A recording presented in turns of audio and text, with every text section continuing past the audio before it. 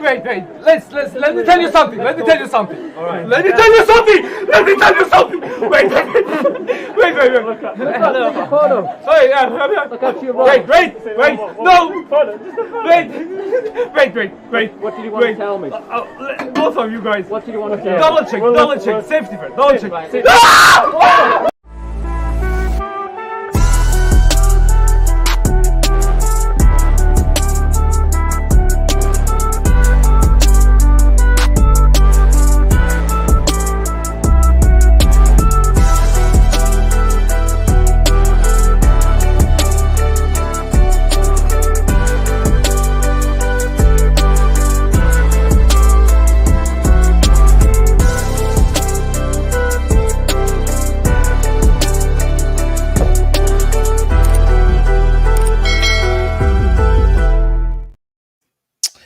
Welcome to Let Me Tell You Something, episode 2.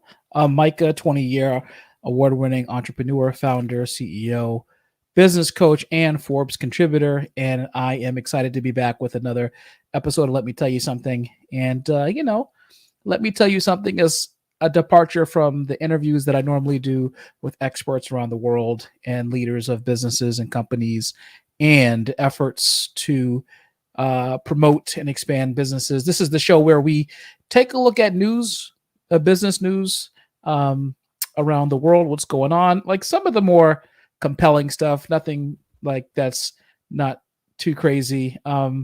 We take a lighthearted look at business news. And of course, I love my TikTok. So, today we're going to take a look together at news from around the world and TikToks and social I love memes, so we'll meme it out today as well, just to set the table for that. So today we're talking a little bit about Tiger Woods, who just ended a 27-year relationship with Nike. We're talking Hondas. Now, Honda just came out with this new EV, and they didn't come out with this new EV, but they just started the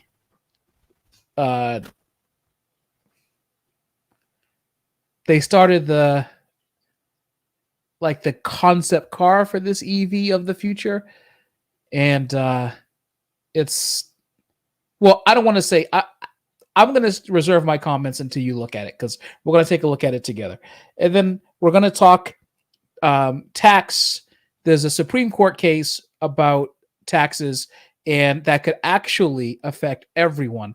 If you have a pass-through corporation, an LLC, an S-Corp, or another form of corporation where you're subject to pass-through income, there is a docket on the Supreme Court that may relate to you, because it has a lot to do with how taxes will be applied to certain kind of income. So we're going to talk about that. And we're going to, like I said, take a look at some of the memes, the business memes around the world. So anyways, before we start to look at the business, I just wanted to let you know that last week I launched my first series of articles for Forbes.com, and I think that they were a hit. And I just launched one yesterday. Today's Wednesday, so a couple days ago, and it actually went over really, really well. Got a lot of good press. So take a look at my article on Forbes.com if you have a chance. So go to Forbes.com, just type in my name, Michael Logan, in the search bar, and then my articles will automatically pop up. But anyways, I wanted to just kind of let you know about that. So without further ado, let's get to our first topic, which is Tiger Woods. Tiger Woods. All right. So Tiger ends his 27-year partnership with Nike. There he is, right there. All right. So here's the article from CNBC. It says that Tiger Woods' 27-year partnership with Nike has come to an end. He announced in a statement. On X that it was over. He said that Phil Knight, who's the CEO of Nike, obviously, his passion and vision brought this Nike and Nike Golf partnership together. and he wanted to personally thank him along with the Nike employees and incredible athletes he had the pleasure of working with along the way. So this seems like this is Tiger's decision to step away, probably more so than Nike, perhaps. Or maybe I wonder if this is Tiger stepping away before something else comes down the pike. Like, is business not going too well? The golf section of Nike? It's possible. The article continues that Mark Steinberg, Woods' longtime agent, told CNBC that the golfer made a business decision to not renew with Nike. So there it is. So the announcement came after months of speculation that the two would break up. Nike confirmed the news on Instagram with the picture of Woods in his iconic red polo, saying it was a hell of a run. So that was Nike. In a statement, the company said, for over 27 years, we have had the honor to partner with Tiger Woods, one of the greatest athletes the world has ever seen. Throughout the course of our partnership, we have witnessed, along with the rest of the world, how Tiger not only redefined the sport of golf, but broke barriers for all of sport. We watched him set records, challenge conventional thinking, and inspire generations of people around the globe. We are grateful to have been a part of it. We wish him the best in the future. So that's true, because when you think about Tiger Woods' contribution to the sport of golf, he really is the one that brought the level of fitness, or the concept of having good fitness and bringing it into the game of golf, more than anyone else who actually has played the sport of golf.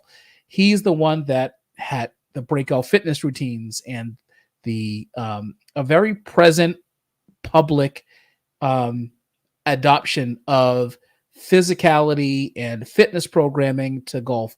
And so he really was transformative, not just in his skill level and his ability to play the game, but also from a young age, but also because of how, as an athlete, he transformed his body for the sport of golf. Now, the rest of his life, there have been other stuff that has come into the play that has not been as glorious for Tiger. But at the same time, when it comes to the pure like game of golf and what he's brought to the table in terms of playing the sport, it's been, he's transformed it.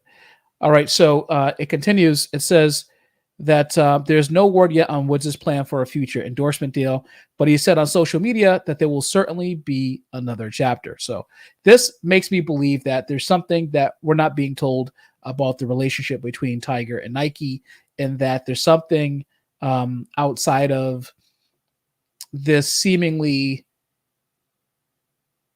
desirous end to the relationship that they have going, that there's something else that actually may pop up in the future. So this is going to be an interesting one to watch. So it says that there's been some recent speculation about Woods' next chapter have pointed to On Running, the Swiss brand that tennis great Roger Federer joined in 2019 after he left Nike.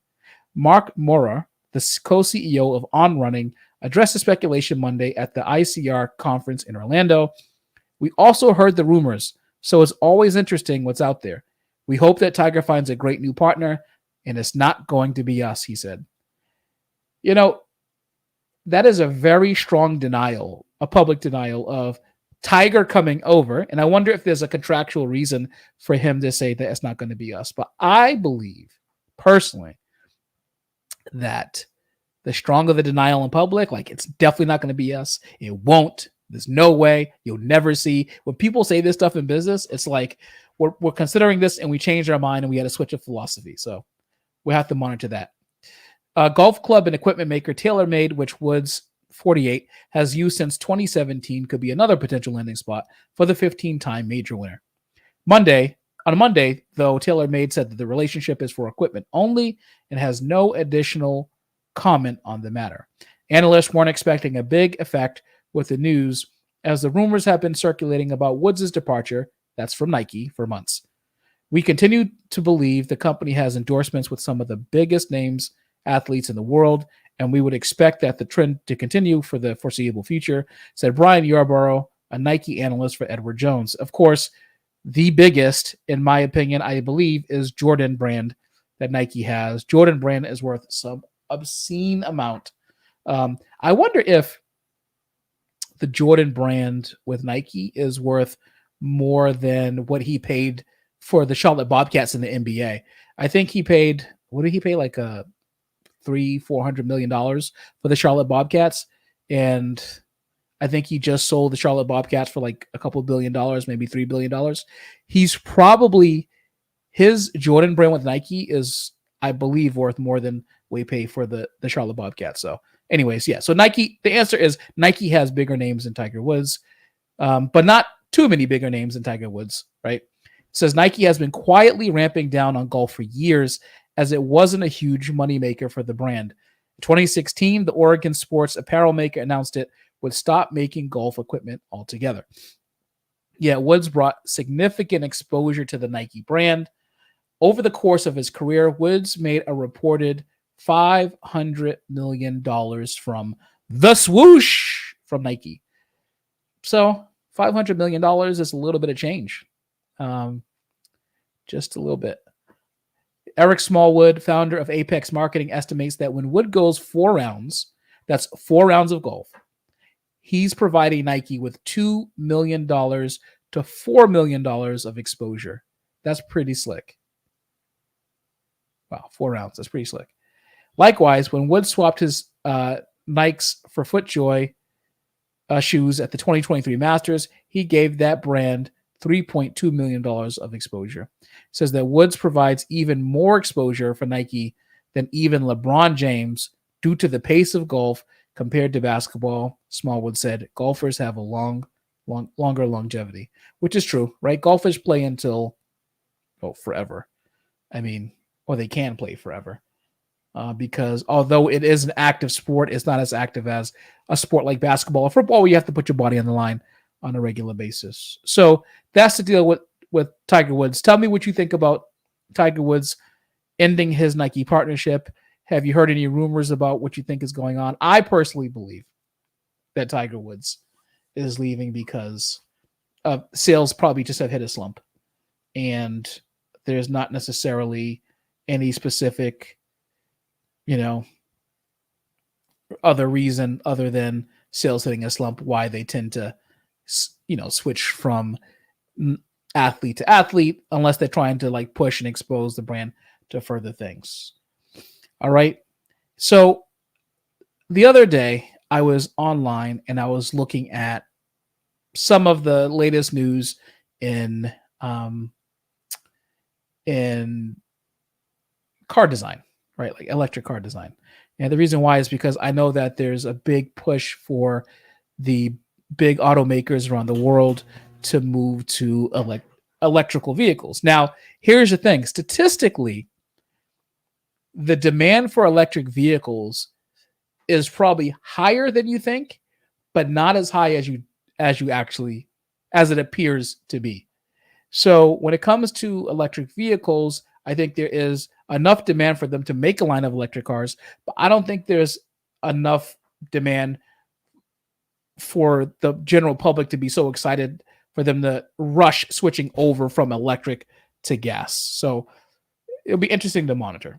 But Honda has come out with an electric car that they presented the concept at a recent show overseas. And let's take a look at this because,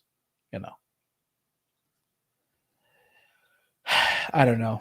I want to know what you think about this because I'm not a big fan of how this looks, but here's the headline. It says that Honda teases new EVs with futuristic space hub and saloon concept cars. What do you think about that? Is it just me, or does that look like a weird looking anteater? And why is it that electric cars are made so ugly? I don't get it. What is the appeal to making electric cars ugly? Versus, you have a gasoline powered cars. There's so many nice looking gasoline cars. But as soon as they started putting batteries in those cars and charging them to the day is long,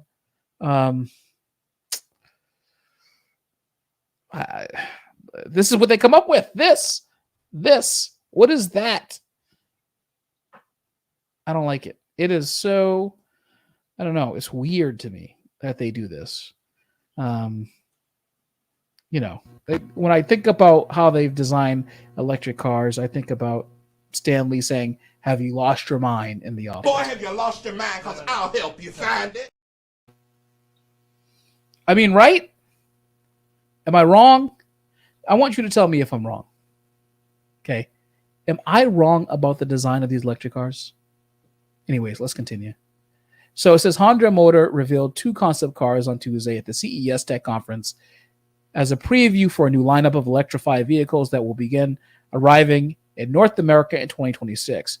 So the concept models are called the Space Hub and Saloon, which the first production Honda Zero Series EV will be based on. According to the Japanese automaker, Honda says the new Zero Series of vehicles are being developed under 3 core principles.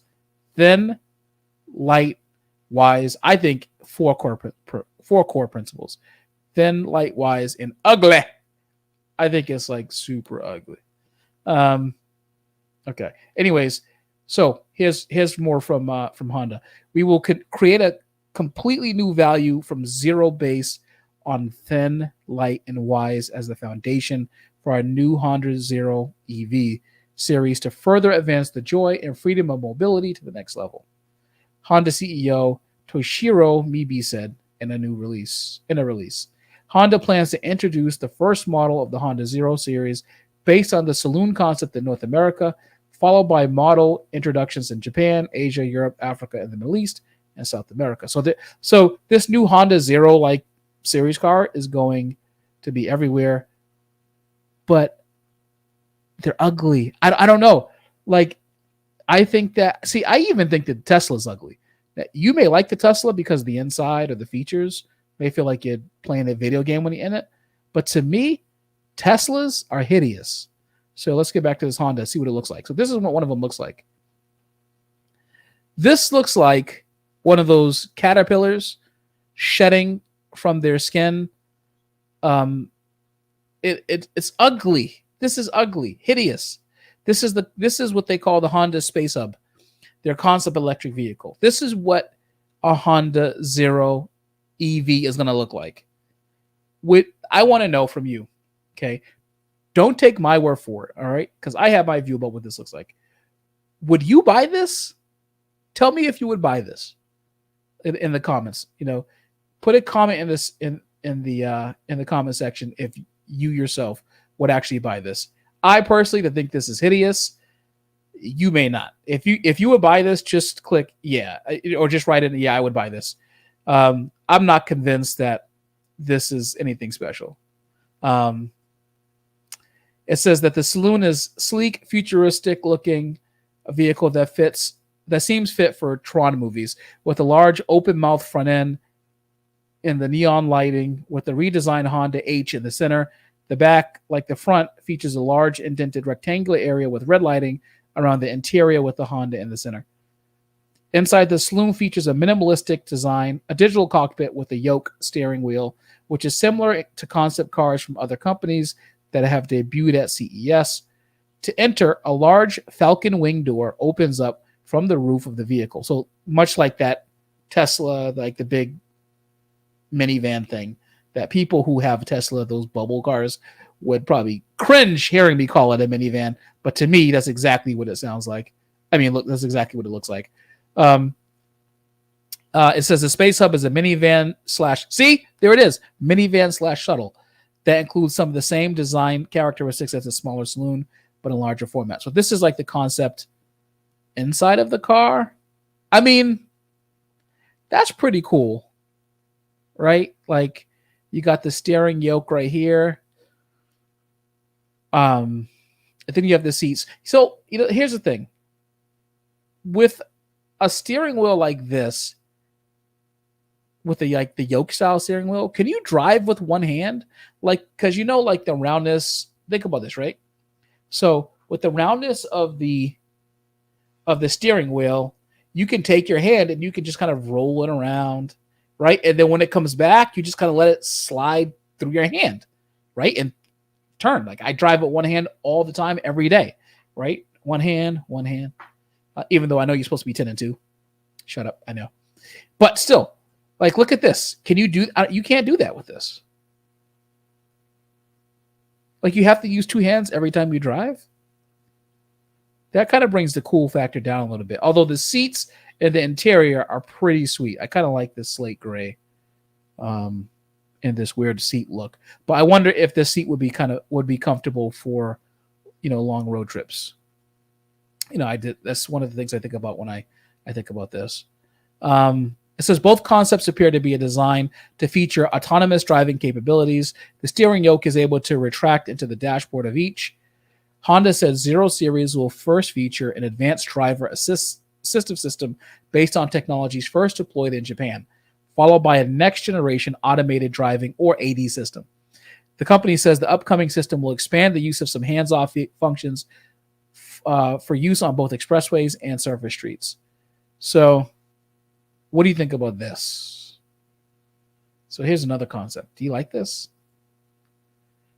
Is this like I don't know, something that you can get with right here? I mean, like, okay, so to be honest, this looks better than the first one I showed you, like this ugly anteater thing. Like, this looks awful. This looks terrible to me.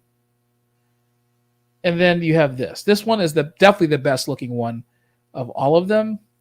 I'm not exactly sure exactly what to make of this, but yeah, it's pretty hideous.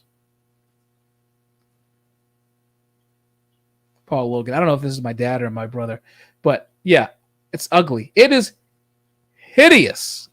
I don't like it. So that's what Honda's coming out with. But here's some of the other information that it says. It says that Honda 0 Series models launching in the late 2020s will be capable of fast charging from 15 to 80% of battery capacity in about 10 to 15 minutes, which is about half to about 60% faster charging, from what I understand, than like the current Tesla's supercharger that they have. Now, here's the thing. I heard from a neighbor of mine who just got a Tesla that Tesla's coming out with a whole new battery, and that's going to change how quickly it charges. But, as the range of the electric cars improves, my biggest issue with electric cars are that, I don't know, I have a bunch of issues with them. I don't like the fact that the car is quiet.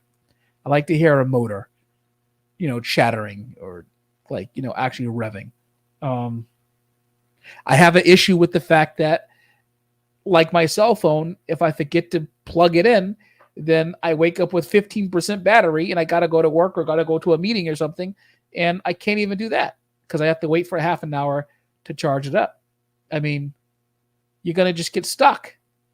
I feel like I'm not personally or professionally ready to jump into a charger, but maybe you are. I mean, excuse me, a electric car, but maybe you are. Maybe you're ready to actually go and purchase an electric car because you have a half an hour to just sit and wait for the car to charge. I don't have a half an hour to sit and wait for the car to charge. Even if it looks as cool as this thing, like this looks like a concept car from Tron. Do you remember Tron, that movie Tron? Like the old one and the new one. They had a lot of good looking technology there, but this is the best looking of the bunch, but I don't think that I would just be dying inside if I had to wait 45 minutes for a car to charge. So that's what Hondas are doing. So the jury is still out on whether or not this is going to be really popular with the public. So I guess we'll have to wait and see what happens. So I was scrolling the interwebs the other day, and I found an article about the Supreme Court hearing a tax case on income. And I was kind of hesitant to share it on the show because sometimes taxes are boring, first of all. And if you're not a a legal file or someone who enjoys legal stuff, then you think that's boring. Now, when you mix a legal case with taxes, then you basically get the death penalty. And it's super boring. So I wasn't sure if I wanted to do it, but I decided to bite the bullet tonight and to share this article because I felt like this might be something that everybody needs to hear. Because the result of this case could have an effect on whether you're a business owner or not, but if you have investments or if you own a corporation that has pass-through income, LLC, S Corp, right? So let's take a look. All right, so here it is. It says the Supreme Court is set to hear oral arguments Tuesday on a case that could affect broad swaths of the U.S. tax code and federal revenue. The closely watched case, Moore v. United States, involves a Washington couple, Charles and Kathleen Moore. They own a controlling interest in a profitable foreign company affected by a tax enacted via former President Donald Trump's 2017 tax overhaul. That was the American Rescue Act that I believe the 2017 overhaul. It said that the Moores are fighting on a levy on company earnings that weren't distributed to them, which challenges the definition of income and could have sweeping effects on the U.S. tax code, according to experts. So basically, here's what we know about this case, and I'm going to kind of break this out a little bit. So the Moores, Charles and Kathleen Moore, invested in a company in India, and the company ended up being profitable. Now they have a foreign entity that invested in this company in India, which ended up, obviously gaining money. But here's the problem. The problem is that when that company that they invested in became profitable and earned money, they didn't take the profits. They kept it in the business. So it was retained earnings because they didn't pay out a dividend and they didn't take it in some other form. It just sat there as retained earnings. So it was unrealized income. However, there is a tax stipulation for foreign business that's known as deemed repatriation, which is basically designed as a transition tax. It says that the legislation required a one-time levy on earnings and profits accumulated in foreign entities after 1986. It said while the 16th Amendment outlines the legal definition of income, the Moore case questions whether individuals must, quote, realize or receive profits before incurring taxes. It's an issue that has been raised during past federal billionaire tax debates and could affect future proposals, including wealth taxes. So there's more to this article, but let's talk about the ramification. Like, what does this mean? Okay. This means that if you, in other respects, if the Supreme Court rules in favor of the government tax code that requires businesses to pay taxes on unrealized income, the reason why this could have far-reaching effects on the other side is because that could be a precedent for political players to try to start taxing unrealized income from other places as well. They might justify, the Supreme Court in this case saw that it was okay to tax unrealized income. So that means that they can do it here. What's the problem with that? The issue with taxing unrealized income is the first word in that statement, unrealized. So any of the money that is proposed to be taxed has not been earned. So as an example, you may already get it, but let's just paint an example just in case. You buy a stock for $100, stock goes up to $1,000, and according to, if the Supreme Court rules for the federal that federal entity, you would owe tax on $900 in profit. Here's the problem. You only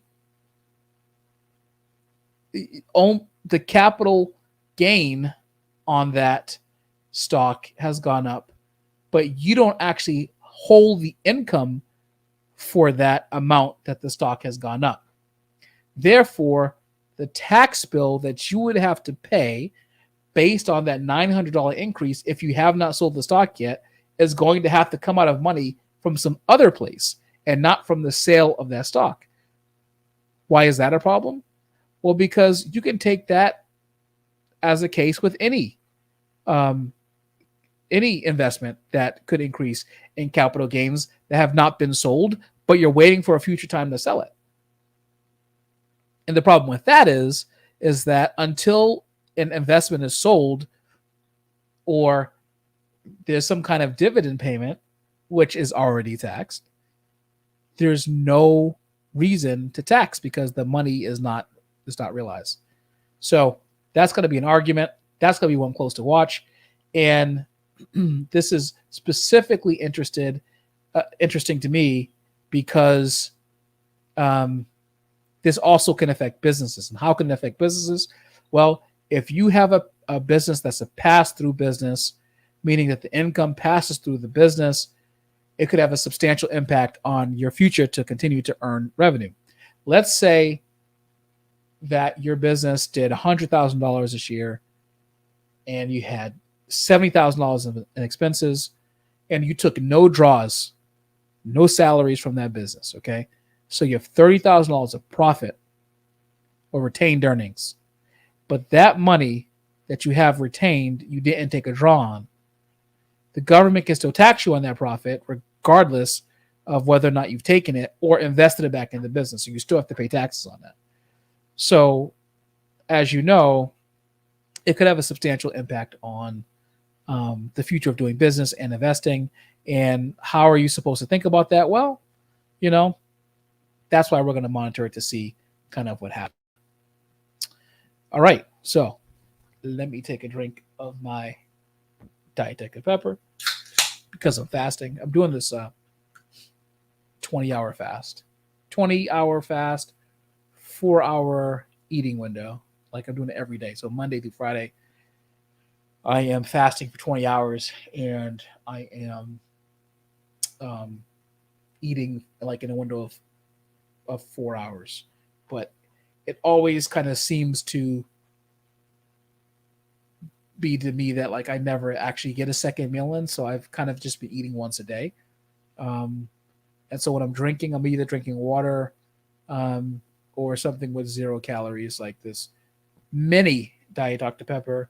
There are some people who say not to drink diet soda when you're fasting because of the artificial sweeteners. It doesn't knock you out of the fasting zone, but it might make you hungrier than you normally would be because of the sweetener. But I've typically been okay. Okay, so now that I've bored you to death about taxes, we're going to talk about we're going to search the web for our TikToks. Remember, every show I react to these TikToks. I mean, I think they're hilarious. That's why I do it. I find TikToks hilarious. People make fools of themselves. People give bad advice, and people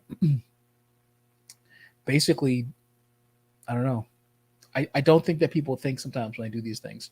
Now, it doesn't mean that they're not being genuine when they do it, but in my opinion, it's a little, you should know your stuff. Anyways, without further ado, let's take a look at our first TikTok for tonight. Our first business TikTok for the night. We're going to give our attention to Michael from The Office on starting a business. Let's talk about if what he's saying is true or not.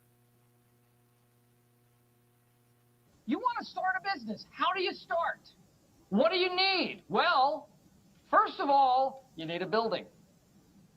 And secondly, you need supply. You need something to sell. Now, this could be anything.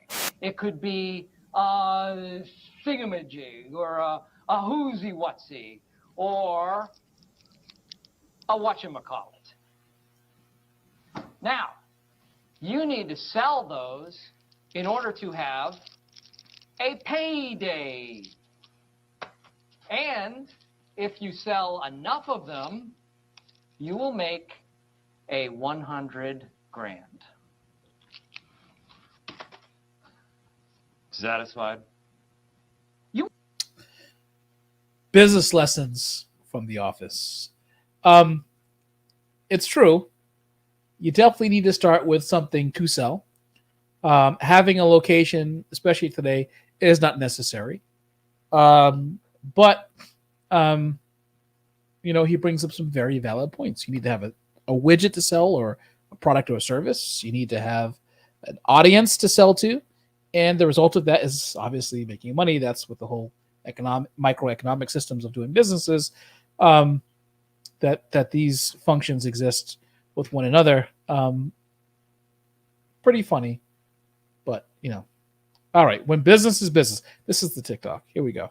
Thank you. Money? No money. No, I didn't. That was awesome. That kid gets it already. And what is she? 3?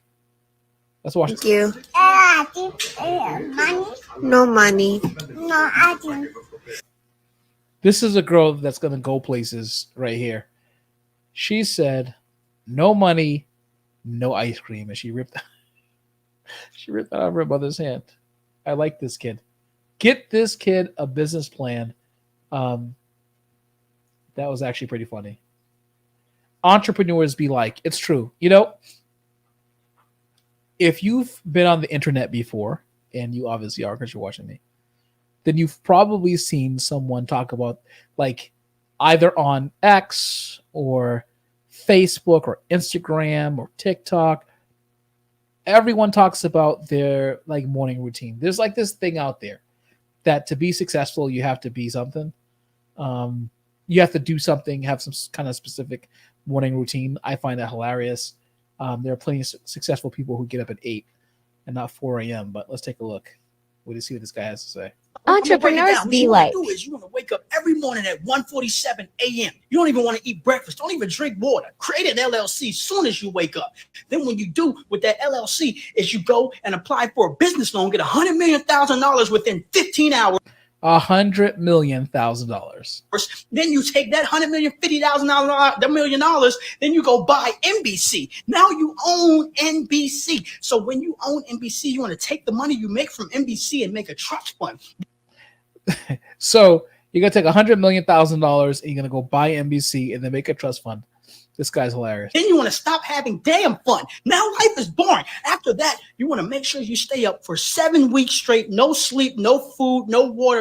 You want to fast every day. You don't want to eat at all for 7 hours straight for 70 days straight. You don't want to eat. You don't want to drink water. Then from there, you want to purchase a Komodo dragon. When you do that, you buy a pet monkey. With the pet monkey, you send the pet monkey to the moon to go find kryptonite. Once you get the kryptonite, you put it on Amazon and have someone drop ship it for you. And that's how you should start. Okay, that's funny. That's hilarious. And that's what some entrepreneurs are, right? Like, you've seen them before. I know you've seen them before because I've seen them. They tell you that you need to get into the specific routine in order to be successful. And then they tell you that, okay, got to be in a specific routine. You got to, I don't know. You got to do business. You got to drink green tea at 4 a.m. and work out at 3 a.m. and then get back, take a brief nap between 4 to 5. And then you got to wake up again and do some manifestations from 5 to 6, from 6 to 7 is when you check your email, but then you shut it off so that you can think about what you're going to do for the next week. Like, it is funny. It's like there's all these routines from people who haven't really accomplished anything. I just find it hysterical, and I'm not sure why there's this thing. I get it. I think what people are trying to say is that you should try to be productive with your time. If you're an entrepreneur, you shouldn't waste time. You should find every available moment that you have available to you to learn, to become better, to pursue understanding the business philosophies and business strategies and how business works to deploy that into something that earns you money. But the whole you got to wake up at 3 a.m. thing and take ice baths, although ice baths I actually enjoy ice baths. When I went on vacation in Jamaica, I took one like every day. But like, you got to take an ice bath every day at 3 a.m. and then you have to do these kind of meditations. Like it's kind of weird that there's all this stuff that people say that entrepreneurs have to do to be successful. I think that in order for entrepreneurs to be successful, they have to have a business plan, be well funded, have a mentor or a coach, have some guidance. Well, that goes with the mentor or coach. They have to work hard on the right things and push in the right direction, and I think they'll be fine. But this whole weird morning routine thing with entrepreneurs is a joke. There's plenty of people worth many millions of dollars that wake up at 8 o'clock and then go about their day and then finish at 4 p.m. I don't think you have to do anything magic like what these people are saying. All right, let's go to our next TikTok. No problem. So this is paying my business expenses each month be like. I want 20 million in 50. 20 million in 50. 20 million in 20. 20 million in 20s. And 10 million in 10. And 10 million in 10s. Yes. That is what being a business owner is like. You are paying everyone and their mom to stay in business. I feel like it's a heist. I spent, when I had my business that I just sold back in October, thousands of dollars a week. And you're making thousands of dollars a week. You're paying thousands of dollars a week. And the cycle is like, it's crazy.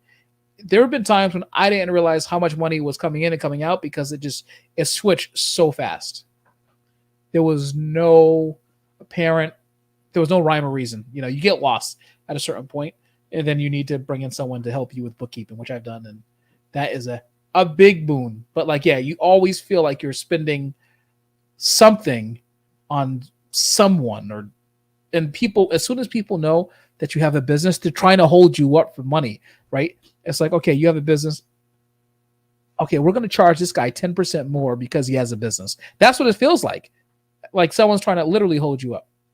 Anyways, here's another meme that we have. When someone asks me what it's like to start a small business. Hustle, heartbreak, alcoholism, drug addiction, betrayal, infidelity, violence, great fortune, miracle moments, hard work. Other than the infidelity part, a lot of those things are true. Heartbreak, like all those things are. It's a roller coaster to be on, to be in business. Some days when you're in business, it feels something like this.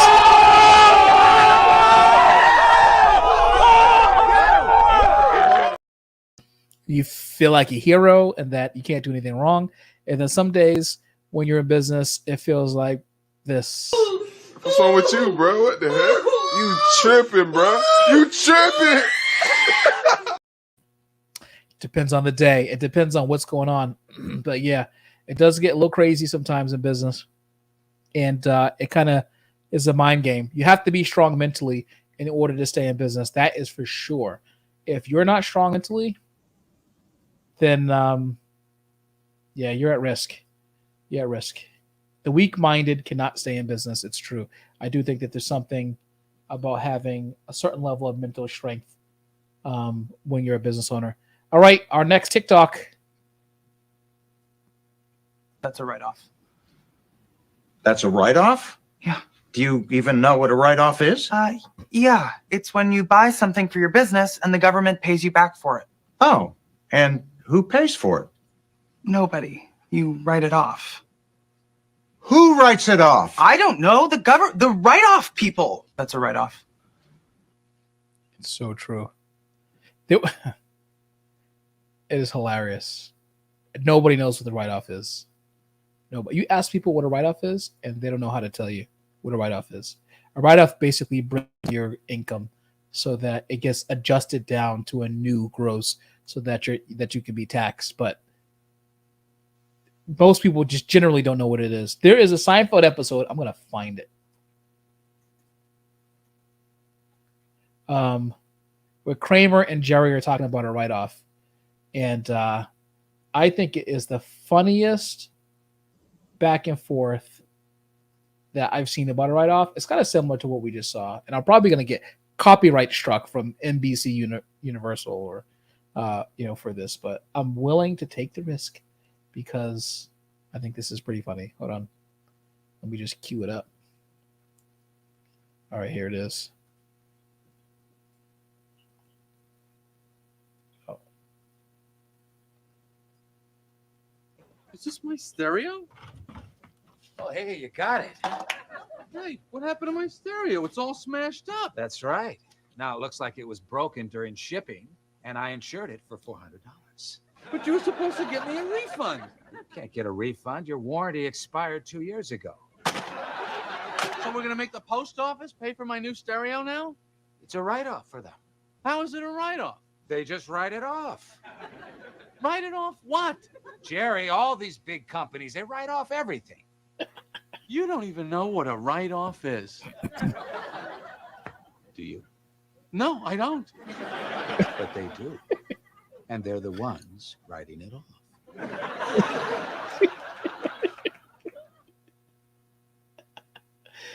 It's true. Most people don't know what a write-off is. They think that a write-off is just a write-off. I'm just gonna write it off, and people don't know what that actually means. What does it mean to write something off? Well, who knows? So the next meme is, oh, this is funny. This is from Breaking Bad. Your local cash-only restaurant talking to his tax attorney. I have so much cash on hand that I actually counted by weighing it on my bathroom scale, and yet I can't spend it. Yep. So I've acquired 2 businesses in my career. And I can tell you that one business I did not acquire, although I had an opportunity to acquire it in the next town over. And the reason why I didn't acquire it was because this guy said to me, I said, how much do you want for the business? And he told me. And then I said, okay. Well, he said, well, this is how much I earn. And I said, all right.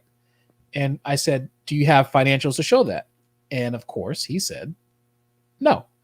And he said, well, you know how, he tried to do the whole, the bro thing. The bro thing doesn't work, by the way, when you're trying to sell a business and someone's trying to buy it. Bro, you know how it is. I get cash and I have the credit cards and I charge credit cards and, I take the cash, but I put the cash in my pocket. But what's the problem with that when you're buying a business? The problem is that is completely unverifiable. Completely, entirely unverifiable. How do I know as the person purchasing the business that what you're saying is accurate, that you made this amount of money? How do I know that that's what's going into your bank account? How do I know that this is real? Because I could just say without a record that I make any type of money to try to get a higher sale amount, and without being able to prove it somehow and it being verifiably true, then the person's just buying off of what your word. Sorry, that don't work. So I told him, I said, okay, well, do you have a record of deposits, right? So I'm thinking to him, but I was thinking when he said that, okay, well, do you have a record of deposits of you putting what you told me that you're getting in cash in the bank? He didn't even have that. So then it becomes, well, what do you do with the cash? Well, I just stick it in my pocket. I stick it under my mattress. I have it in a safe in the house, whatever. That doesn't work. If you're trying to build a business that can sell, you need to be above board with everything so that you can prove the income, the expenses that you have completely and verifiably true, so the person buying it has a clear picture of what they're getting. Otherwise, it's immoral to sell a business that have 2 different figures that are available for someone just because you don't want to pay taxes on it. Look, it's worth paying the $10,000, $15,000, $20,000, $30,000, $60,000 in taxes if you're making the money so that you can show people that you're actually making the money.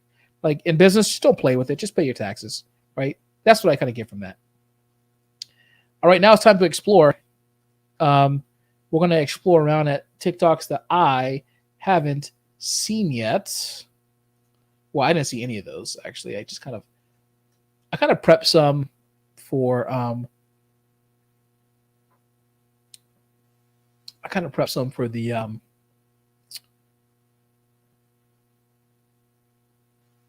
the show, but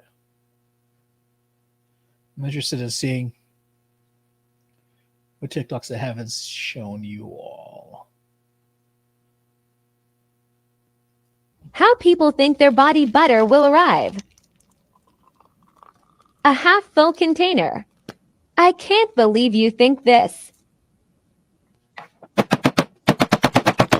Versus what actually happens behind the scenes of Destiny Skin. Then I add more. Body butters are now available. Yeah, I don't care about body butter. Some people do. I know. I accidentally stamped boxes on the wrong side thinking. Oh, that's awful. I remember I was doing a direct mail campaign, and so I had my buddy who was doing the design for my mail campaign, and we actually ran a whole bunch of mailers to be mailed out to it was going to be an every door direct mail, meaning that the post office leaves at everyone's door. And so basically I was so excited. I got all the stamps for it. This is my first every door direct mail, and we posted it. We literally we printed the to be mailed area. I mean, like the mail section where like the address goes on the wrong side of the postcard. And we had to do like a whole batch of 1,000 all over again. So that was costly and annoying at the same time. You know, it was awful. Kind of much like that box experience. All right, let's continue on our search for different business things around the interwebs. It's going to be interesting.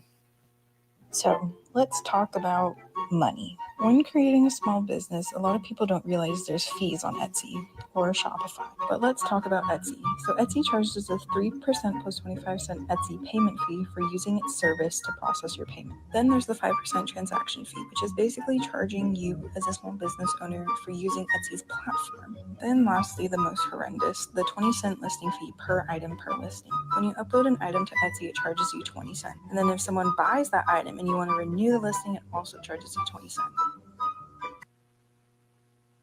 Yeah, so 8% plus 45 cents per transaction in total. That's a lot. If you sell, $1,000, that's you got to pay about $80 in fees. That's a lot. So whenever you're doing business, you always want to shop around for like a merchant or a payment processor, because it can get pretty hairy. And expensive if you're a large volume processor. Let's see what else is out there in the 5 businesses that will never fail. We know that the majority of business. Oh goodness, here we go. Businesses that will never fail, guaranteed to make your money back. It's like, this is the biggest mistake I've made for. Why? All right, here we go.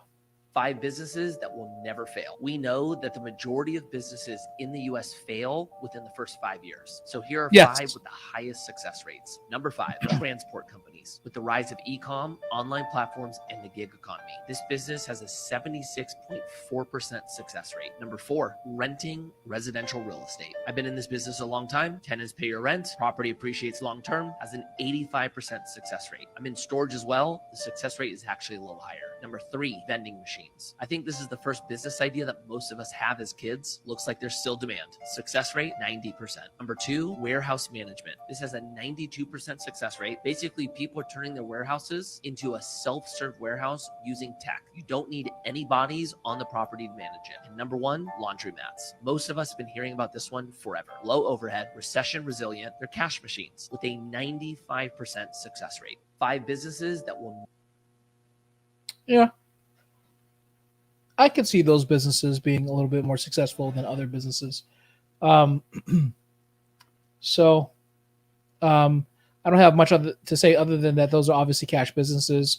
Make sure you have super tight accounting. Don't get caught in the situation where I just told you about, where it's like you have all this cash and you're not reporting it. It's just best to report it. Take the legitimate deductions that you can, report it, and then take the legitimate deductions. Because here's the thing: when you sell your business, a lot of the money that you take out for deductions, for owners' draws and stuff like that, can be put back into the valuation for how much you can sell the company for. So it's not worth not putting as much money as you can into the business. Let the business do what it does, which is supposed to do, which is earn money every time. And trust me, you'll get the payoff in the end. All right, let's see what this is. This is the biggest mistake I've made for my small business. Last year in February, I was bored with my small business and I decided to go live on TikTok more to package orders. Things ended up going so well, I could never keep items in stock. I even hired 6 employees. Fast forward a little bit, I moved my entire warehouse from Colorado to Texas, and I still have all of that inventory I bought last year. Moving a business is no joke, and it's taken me so much time to set up, but now I'm ready to go. If you could please like and share so we can get people to know about my products. This is the biggest mistake I've made for. Okay. I don't know if I have anything to add to that. It's just kind of very specific to her business. Yeah. Let's look at Black millionaires. You just told me you spent $500 in your business, or invested $500 in your business 3 years ago. Now you're at $40 million. Yes. Can you give me a breakdown of how you spent that first $500? Yes. Well, it was all in the product and the packaging. Everything else I did myself. So I studied everything. I studied how to do a website, studied how to make my own graphics. You know, I did my own customer service. All of those things I did. I was the everything woman for a very long time. Marketing. I did my own marketing. I did engagement shares, share for share. So I was a crazy woman for the first 15 months of my company before we actually started doing paid ads. But I can say that everyone can do it. You just told me you spent $500 in your business. Well, it seems like this woman had the gumption to invest in education, spend the time learning, deploy what she learned, and then turn what she was learning into a strategic plan for her and her business. I think that's exactly what you'd need to do in order to be successful in business. So kudos to her. All right, let's see who else we have. There's certain businesses I would say stay away from. Number one, especially for me, I don't see myself ever getting involved in this type of business, is the food industry. You can speak to any restaurant owner. It is a graft. Agreed. No food, no restaurants. The margins are not for me. Margins are super low. No matter what the gross is. The gross will be super high, but the margins are super low. It's very expensive to run a restaurant. low. You have to stress about the quality being the same every single day. I wouldn't be able to step away from it. Stressing about the quality being the same every day, in my opinion, is not a reason not to run a restaurant, because the biggest issue, in my opinion, with small businesses are that they don't quality control their product or service. And so your quality should be the same every day with any business that you run. And there should be absolutely no reason why a person who is coming to shop at your business has issues with quality. Whether you're in the restaurant industry, you're in candle making or soap making or whatever, like the reality at the end of the day for me is that the quality of your business should be top notch. From that, I would find myself there every evening, every weekend. I wouldn't have a life. Yes, there may be some people who have made the fortunes in the food industry. I'm just saying it's one of the hardest ones. It's true. It's not scalable. Can you make $1 million a month? That's incorrect. See, the thing is, he's coming from this standpoint, I think, from a position where you can't scale a restaurant industry. We obviously know that's not true because there are plenty of restaurants that do. But just like anything, it all depends on the systems and processes that you have, how you deploy your restaurant product into the marketplace. I know a few food CEOs, and I can tell you that systems, processes, and how you operate is at the top of the food chain, and it has to be delivered at the same time, same consistency every single month. Through your restaurant. No, you can't. There's many other better business models in today's day and age. I agree with that, but it's not because a restaurant cannot work.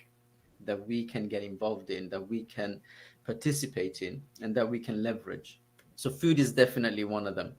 Avoid, especially as your first venture. Yes. Food as a first venture is like not smart, in my opinion. You need to do a lot of mentorship in food before you even decide that that's something that you want to do, and then you can go ahead and do it. But I think that,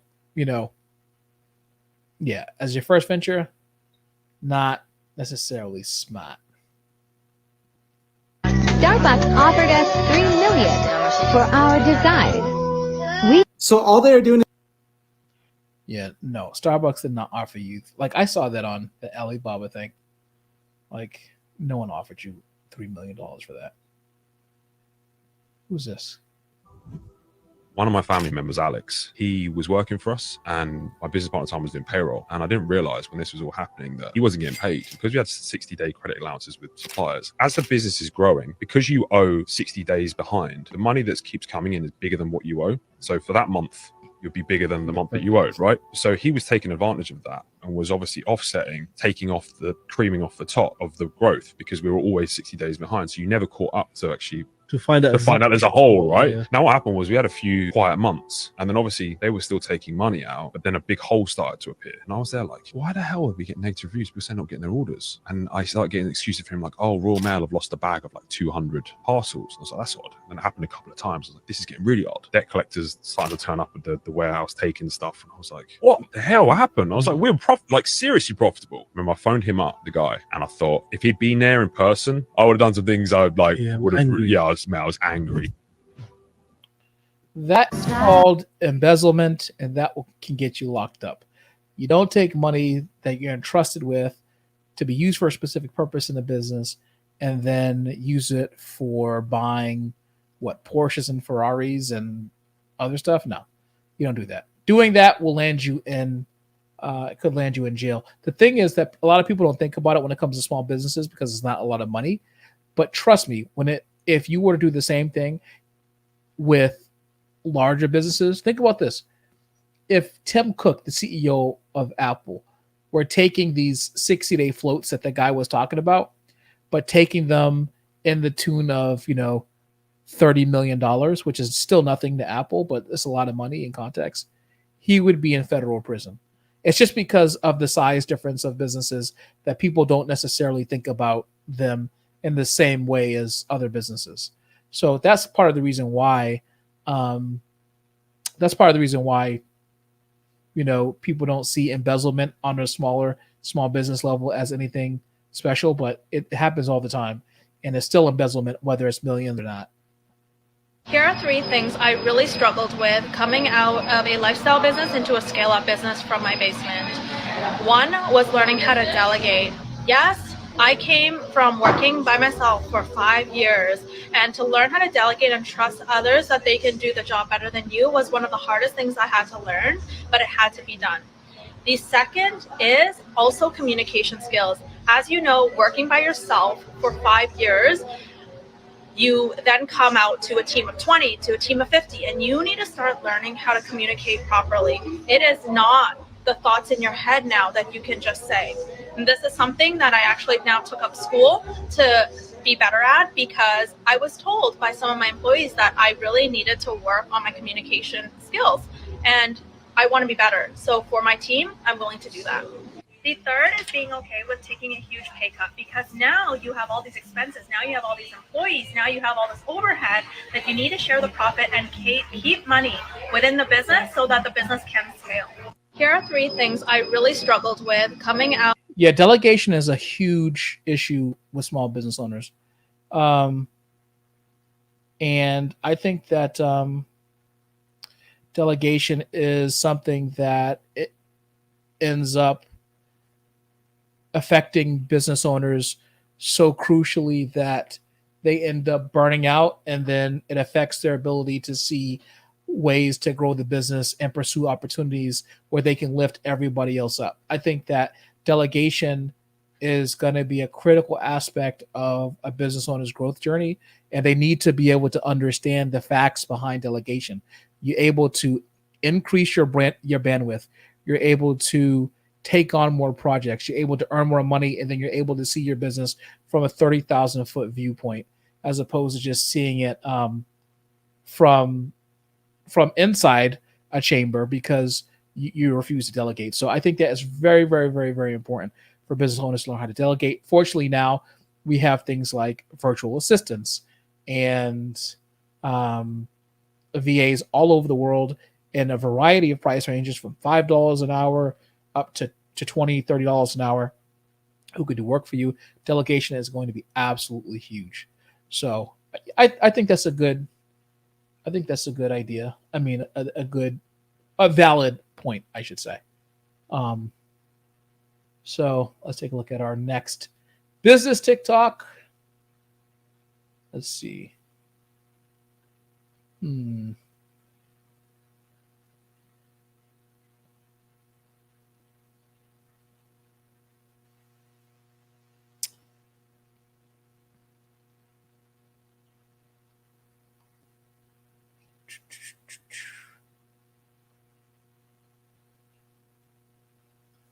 Here's how much it costs to start a 6-figure online business. Trust me, you'd be surprised. First, we'll go with the dropship business model. It's low risks and low costs. Next, you're going to need Shopify to build a website. It's $39 a month. However, for the first 3 months.